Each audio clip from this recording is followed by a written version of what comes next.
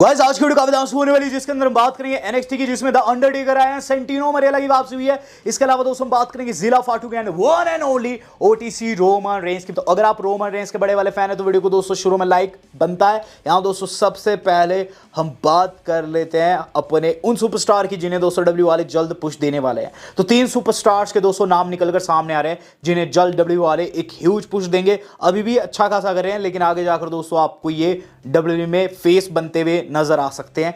तो सबसे पहला नाम है दोस्तों हमारे अपने फाटू का। तो जेकब फाटू दोस्तों ऑब्वियसली बहुत अच्छा कर रहे हैं लेकिन इस टाइम पर उनके पास कोई भी चैंपियनशिप नहीं है। मिड में दोस्तों उनके पास एक आध चैंपियनशिप आई थी बीच में, लेकिन गाइज यहां बताया जा रहा है आगे जाकर उन्हें काफी अच्छा पुश दिया जाएगा। मुझे लगता है दोस्तों आगे जाकर जेकब फाटू चैंपियन जरूर बनेंगे। देन दूसरा नाम ब्रॉन ब्रेकर, मुझे बताने की जरूरत नहीं है, इस वक्त दोस्तों रोमन रेंज के साथ राइवलरी में जो कि टॉप गाय है। और ब्रॉन ब्रेकर के बारे में बोलूं तो उनके स्पीयर को दोस्तों अभी से कंपेयर किया जा रहा है ओटीसी के स्पीयर के साथ में, और बहुत से लोग ये चीज कह रहे हैं कि उनके कंधे पर वर्ल्ड टाइटल होना चाहिए था, और यहां दोस्तों मेरे हिसाब से जल्द वर्ल्ड टाइटल होगा भी। तीसरा बड़ा नाम है रिया ब्लडी रिप्ली। रिया रिप्ली को तो दोस्तों पता नहीं कब से पुश मिल रहा है, लेकिन गाइस एक चीज ध्यान देने वाली है कि रिया रिप्ली की दोस्तों जो पॉपुलैरिटी वो कम होने का नाम नहीं ले रही है। विद दैट बीइंग सेड कि गाइस रिया रिप्ली आगे जाकर और भी ज्यादा पुश पाएगी और तीनों स्टार टॉप स्टार बनेंगे। हम बात कर लेते हैं आज की अपनी सेकंड अपडेट की। सेकंड न्यूज जुड़ी है दोस्तों ड्रू मैकिंटायर से, जिन्होंने मजाक में दोस्तों एक सेलिब्रिटी को डिस्ट्रॉय करके रख दिया। हाल फिलहाल में लोगन पॉल के पॉडकास्ट में आ रखे थे। ऑब्वियसली लोगन पॉल जो कि उनके पार्टनर भी है समरस्लैम में, उनके पॉडकास्ट में आए ड्रू मैकिंटायर, और जो बातें कही गाइस वो काफी शॉकिंग थी।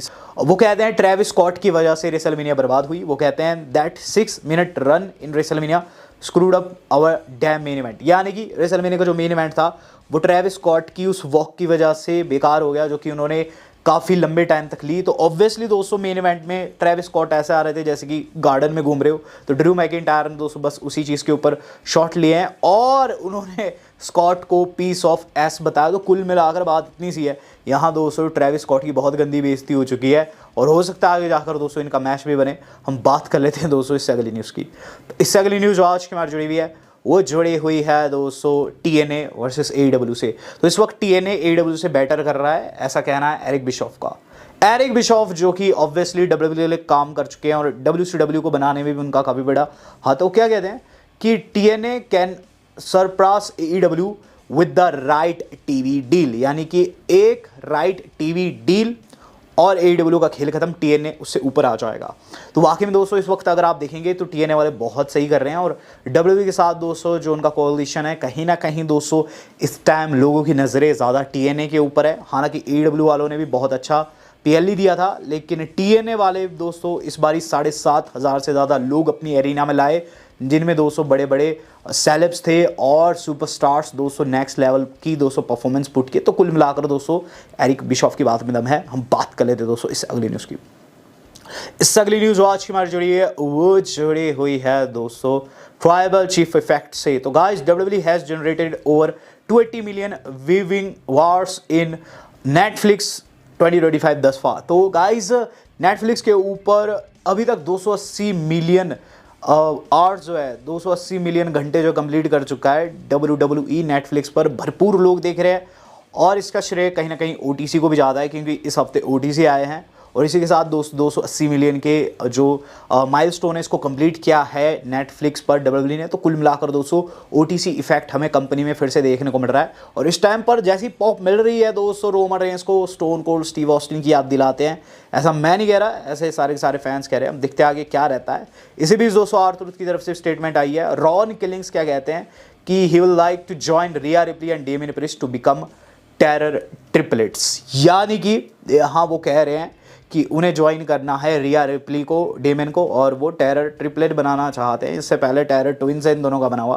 तो रॉन किलिंग्स जो कि इस वक्त काफ़ी सीरियस कैरेक्टर बने हुए, बीच बीच में ऐसे मजाक करते ही रहते हैं और गाइज यहाँ उन्होंने मजाक नहीं किया मेरे हिसाब से।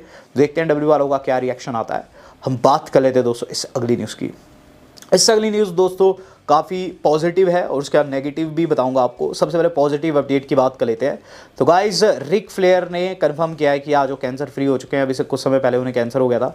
तो आज वो लिखते हैं thank you academic alliance in dermatology, I am now cancer free. वो तो गाइज कुल मिलाकर रिक फ्लेयर जो है कैंसर पीड़ित थे, लेकिन गाइस अब उनका कैंसर जो है भाग चुका है। तो यहाँ रिक फ्लेयर को जीवन दान मिल चुका है, लेकिन इसी बीच एक लेजेंड की डेथ भी हुई है। जी हाँ दोस्तों, बीती शाम ऑजी ऑसबॉर्न जो कि WWE लेजेंड है, हॉल ऑफ फेमर है, जो कि दोस्तों एक्चुअल में एक सिंगर है, उनकी डेथ हो गई है। और इस पर दोस्तों ट्रिपल एच ने भी शोक व्यक्त किया। 1948 में पैदा हुए ऑजी ऑसबॉर्न दोस्तों काफ़ी चमक दमक के आसपास रहते थे, काफ़ी चमक दमक उन पर हमेशा बनी रहती थी, और ये उस समय WWE का साथ निभाए थे जिस समय WWE को ज़रूरत थी। तो ऑजी ऑसबॉर्न की दोस्तों डेथ हो गई है, और हम कहेंगे rest in peace Ozzy Osbourne. हम बात करेंगे दोस्तों इससे अगली न्यूज़ की। इससे अगली न्यूज़ जो आज की हमारी जुड़ी हुई है वो जुड़ी हुई है दोस्तों अमेरिकन नाइटमेयर कोडी रोड्स से। तो कोडी रोड्स के बारे में छोटी सी अपडेट आई है। कोडी रोड्स का दोस्तों नया टी शर्ट लॉन्च हुआ है। हाल फिलहाल में दोस्तों आपने रोमन रेंस का TC1 टी शर्ट देखा होगा, जो कि भरपूर बिक रहा है, और इस दौरान दोस्तों आपने MFT का भी टी शर्ट देखा होगा, लेकिन कोडी रोड्स का नया टी शर्ट आया जो कि गाइस कहीं ना कहीं इन दोनों टी शर्ट से ज़्यादा कूल मुझे लग रहा है। आप देख सकते हैं दोस्तों यहाँ अमेरिकन नाइटमेयर का स्कल बना हुआ है, वाइट कलर की टी शर्ट, और काफ़ी सॉलिड है, और कॉर्नर पर जैसे TC1 लिखा हुआ है वैसे ही QB1 लिखा हुआ। तो ये जो हम TC1 वर्सेस QB1 को डिस्कस कर रहे हैं ना, इस वाकई में दोस्तों इस कॉन्वर्सेशन में दम है। ऐसा नहीं है दोस्तों कि ये मस्ती मजाक में की हुई कॉन्वर्सेशन है, वाकई में WWE वाले इस चीज़ पर हमारा फोकस डालने की कोशिश कर रहे हैं। हम बात कर लेते हैं दोस्तों इस अगली न्यूज़ की। इससे अगली न्यूज़ जो आज के हमारे जुड़े दोस्तों NXT से। तो NXT के बारे में आपको बताना चाहूँगा। आज जो NXT के अंदर दोस्तों काफ़ी ताबड़तोड़ एक्शन हुआ है। सबसे पहली चीज़ तो ये कि वहाँ सेंटिनो मरेला का रिटर्न हो गया। यस गाइज, सेंटिनो मरेला फाइट के लिए लौटे हैं। TNA कमिश्नर है, और गाइज आज होता गया है कि इथन पेज अपना नॉर्थ अमेरिकन टाइटल चेंज कर देते एक दूसरे टाइटल में, और उन्होंने कैनेडियन 200 फ्लैग वैग उसमें लगा दिया, उसे कह दिया कैनेडियन नॉर्थ अमेरिकन टाइटल, और उस पर 200 लोग उन्हें बू देते हैं। जिसके बाद एंट्री देखने को मिलती है सेंटिनो की, जिन्हें काफ़ी अच्छा पॉप मिला।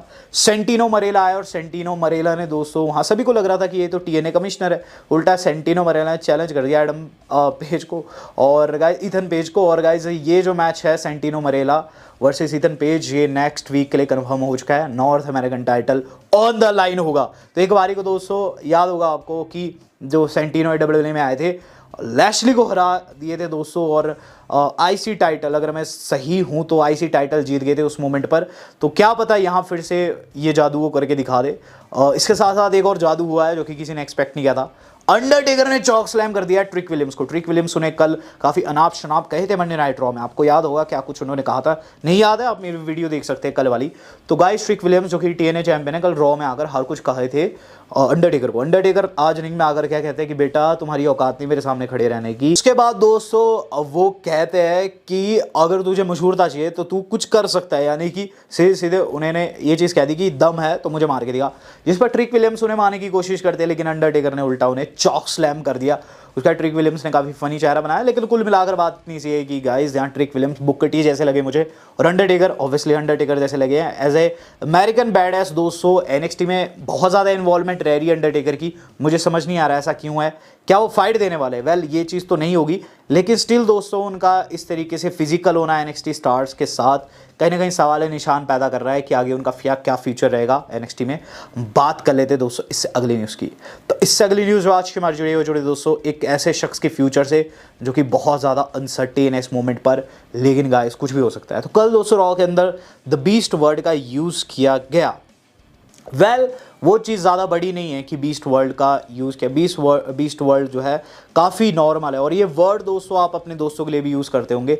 लेकिन यहाँ दोस्तों आपको बता दूँ, ब्रॉक लेसनर पर WWE वालों ने एक और टीज़ ड्रॉप कर दिया। यस गाइस, ब्रॉक लेसनर का YouTube चैनल के ऊपर WWE वालों ने वीडियो अपलोड कर दिया, और ये वीडियो था थ्रिलिंग समर स्लैम रिटर्न्स। बहुत से लोग कह रहे हैं इस मोमेंट पर कि जो लेसनर है वो बैंड है, लेकिन एक बारी को आप ये देखिए कि WWE वाले अपने सोशल मीडिया पर किसका रिटर्न दिखा रहे हैं। ब्रॉक लेसनर का 2021 वाला समर स्लैम रिटर्न दोस्तों WWE वालों ने साफ साफ फीचर किया है अभी से कुछ एक घंटे पहले। तो यहाँ दोस्तों एक तरफ को न्यूज़ आती है कि ब्रॉक लेसनर बैंड है, दूसरी तरफ पता चलता है ऐसा बिल्कुल भी नहीं है। तो ब्रॉक लेसनर की इक्वेशन दोस्तों इस वक्त काफ़ी कन्फ्यूजिंग है। तो देखते हैं आगे WWE वालों का क्या उनके ऊपर रवैया रहता है और कब उनका रिटर्न होता है। मैं आपको ऑलरेडी बता चुका हूं कि उनका मर्च भी लौटा है WWE की वेबसाइट के ऊपर, तो चांसेस बन रहे हैं, वाकई में बन रहे हैं लेसनर के लौटने के। हम देखते हैं क्या रहता है। बात करी जाए दोस्तों उस टीम की जो कि 100% लौटने वाली, तो मैंने आपको बताया बाउंड फॉर ग्लोरी में हम लोगों को देखने को मिलेंगे डीवॉन डडली एंड बबा रे डडली यानी कि टीम 3D जो कि TNA में आएंगे। तो इस पर दोस्तों डीमॉन डडली ने बताया कि उन्होंने 85 पाउंड जो है लूज़ किया है, यानी कि पहले से काफ़ी ज़्यादा पतले हो चुके हैं। वहीं दोस्तों बवर डडली तो उनसे पहले ही एक्शन में आ गए हैं। यस गाइज, बवर डडली का हाई इंटेंसिटी में हो चुका है क्राउन ज्वेल चैंपियनशिप के लिए मैच कंफर्म, जिसमें वो ज़िला फाटू को फेस करने वाले हैं।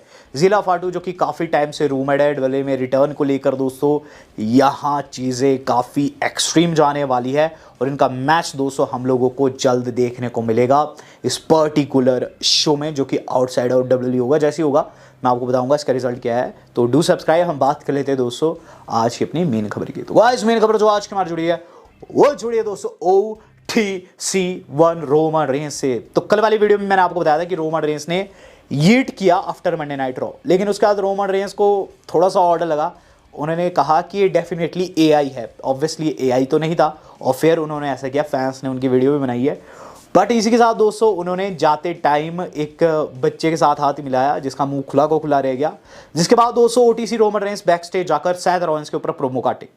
इस प्रोमो के अंदर दोस्तों ये चीज़ कहते हैं कि वो सैथ रॉलिंस की इंजरी को लेकर खुश नहीं है। वो कहते हैं सैथ रॉलिंस को इंजर्ड नहीं होना चाहिए था, क्योंकि मेरा ये मानना है कि इसे अगर इंजर्ड होना है तो मेरे खिलाफ होना है, मुझे उसे हर्ट करना था, वो खुद से इंजर्ड हो गया। तो आई होप वो जल्द से जल्द डब्ल्यूडब्ल्यूई में लौटे।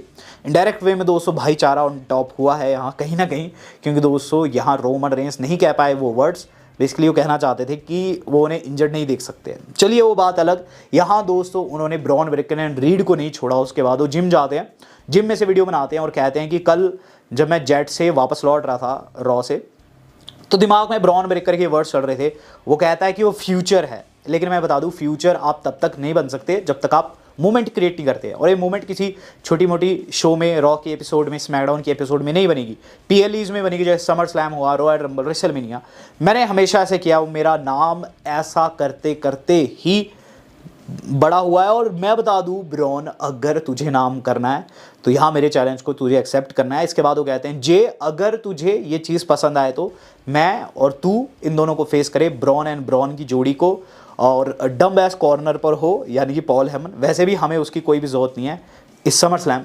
उसके बाद दोस्तों उन्होंने इसे पोस्ट किया। कैप्शन में दोस्तों उन्होंने ये चीज़ कही है कि जे अब कॉल तेरी है। बेसिकली अब जे तुझे डिसाइड करना है हाँ या फिर ना। तो अब जे का डिसीजन मेन रहेगा, क्योंकि इससे पहले जे एंड रोमन के बीच में काफ़ी खटपट थी। तो ऐसे में रोमन रेंस पहले एक्नॉलेजमेंट लेना चाहते हैं ऊसो की, और मेरे हिसाब से ऊसो यस ही करेंगे। और गाइज हम लोगों को इस बार की समर स्लैम में रोमन रेंस एंड जे का मैच देखने को मिलेगा ब्रॉन एंड ब्रॉन की जोड़ी के खिलाफ में। क्या लगता है आपको कौन जीतेगा? Do let me know in the comment box. Video मेरी आज कितनी थी? वेल दोस्तों आज तक के लिए इतना ही। धन्यवाद। शब्बा खैर।